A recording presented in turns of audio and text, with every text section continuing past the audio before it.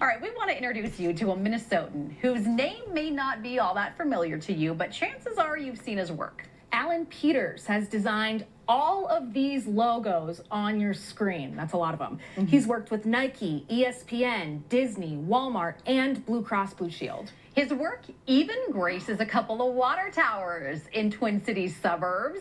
Alan, welcome to Minnesota Live. Hey, thanks nice for to be having with me. us. I feel like this is a segment that should be airing on Wednesday, because Wednesday is when we do Water Tower Wednesday, and Oh, we yeah. feature a new one, but we're bringing you in Monday, a couple of days early. Tell us a little bit about what you do first and foremost. How did you get into the business of creating logos? You know, I always loved drawing growing up, and I always wanted to find a career where I could chase that dream. And I fell in love with logo design, and I love the challenge and the problem solving involved. And you've been working with really big brands in your career. Yeah, I've always just tried to make each project my best project, no matter if it's for a toilet paper brand or for Nike. You know, I always want to make sure that whatever I do is gonna, help just get also get the next project, but just make my clients really happy and sell products and do what logos are supposed to do. Yeah, Some of the absolutely. work that our viewers might recognize the most is on some water towers. First with the city of Eagan, you did this rebrand here, which looks incredible. Thank you. Tell me how this all started, because I think this is kind of a funny story. Well, I was taking the bus to and from work while I worked at Target, and boy, I saw this logo every single day, and I thought, you know what? That logo does not do this city justice. And so I reached out with a tweet, and it saw the right person and turned into a 1.5-year long project, and probably one of the best pieces in my entire portfolio. It takes that long, 1.5 years to create a logo? You know, we did a giant brand campaign, but the 6 weeks to 2 months that takes to create a logo, there's a lot of strategy involved. I try and create hundreds of ideas to get to that one really good one. Yeah. And the trick is to make sure at the end it looks like it only took 5 minutes. Someone liked your logo so much they got it tattooed on their body. Do you know about this? Yes, isn't that wild? That's Do you know the insane. person? Just on social media, they reached out, they saw the logo, and they loved it. It's received really well in our city. I've heard nothing but positive comments. Well, and logos are that thing, right? I mean, when you're creating a logo for a city, who are you dealing with? I would imagine city council, but then it goes on every piece of mail, every image for the city, from police departments to fire departments to community parks and rec. It's all of it, right? That's right. And the trick with the logo is especially for a city, is you want the buy-off, you want everybody to feel ownership over it, Yeah. because it's their city, right? Yeah. You want them to get it tattooed on their chest. And so we did focus groups and tried to reach all the different demographics in Eagan to make sure that we were making that really strong connection and positive impact. I love this Shoreview rebrand too. You definitely have a look. Looking at some of Thank your you. logos, you have a style. Yeah, well, I have certain things that I look for in a good logo, and those are simplicity, memorability, and uniqueness. I want to make sure that if it tells a little bit of a story, it makes it more memorable. Just like when you're trying to remember somebody's name, you try and have a little bit of association with it. Yeah. It helps. And try and take off as many brush strokes as possible to make it as simple as possible so it's Yeah. easy to reproduce. And of course, you don't want a logo to look like somebody else's, so you want it unique, of course. I was going to say the simplicity of it really gets me with it. I like the symmetry. Thank you. I like the simplicity of it. It looks like something that could stand the test of time. You're not going to get bored with it.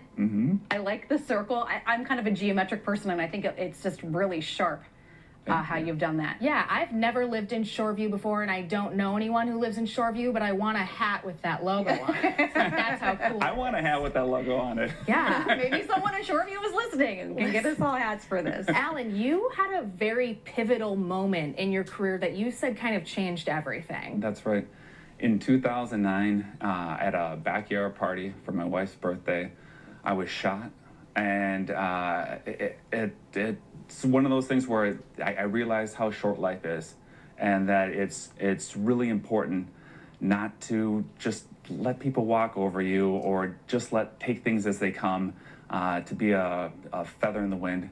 I realized that it was time to chase my dreams, take risks, and like the Egan thing, reach out with a tweet, or just try and make the impactful decisions and not just do what everybody else wants me to do.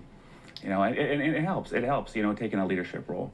So you think the Alan pre-shooting, Alan 2009 before, would not have emailed, tweeted the city and said, hey, we can tweak your logo? You think that? It's affected all the decisions in my life. My wife and I had a dream of starting an agency for years and years. And we finally did that in 2015. And for the last 9 years, we've been working on all those big clients you mentioned, Nike, ESPN, Disney, and things like that. Just they usually happen because you go out and you go get it, right? Ever have those pinch me moments where you're like, oh my gosh, Nike just called me to work on a new logo for them? Like, that's a big deal. Or Disney or Star Wars. I mean, these are recognizable logos around the world. Yeah. And they're reaching out to you. Oh, it's wild. And I'm always like, Maria, in my way. I'm like, look at this email. Yeah. I get so stoked. Still get giddy. It seems like you're clearly doing what you love, and you have an amazing perspective with all the adversity that you've gone through. And you are an author, too. That's another thing that came out of all of this. That's right. My entire life I wanted to write a book, and I just never thought I was good enough. And this last year, it happened. My dream came true. I got I put it out there in the universe. I said in a video that I would love to write a book, and the #1 design book publisher in the world, Rockport, reached out to me and said, hey, let's do this. Let's do this. Yeah. What's your advice to someone at home who's got an idea? That's all they've got right now. They're an artist, they feel creative, but they don't know where to go. Because you seem like a guy who knows how to put thoughts into action. If you've got an idea, like let's say you're going to create a mark or something like that, I always start with, for any artist, cover half a notebook with sketches. Come up with a ton of ideas, because sometimes you come up with that first idea that's the perfect idea at the beginning, and sometimes it's not until the 100th idea. And so whether you're coming up with an ad campaign, a poster, a logo, or anything like that, just really pour it out. Pencil and paper is the quickest way to get your thoughts on a page, and then to just chase it and go for it. Can you tell us about any of the projects you're working on currently or in the future? I'm working on some Blue Cross Blue Shield work right now. I'm working on some work for Walmart, a church, a lot of really cool clients right now, and a lot of big brand families, which is something I love doing, where you have the main logo, but then you have a bunch of sub-brands underneath, and they all have to feel like they belong together. Like they work together. Yes, and so that's kind of my bread and butter, and I've been doing that for the last 4 months on a couple of really big projects. Well, Alan, thank you for coming in. This has been fascinating to chat with you. Thanks. I wonder how many logos you've jotted down and scribbled out in your career. It's wild. That's your next book.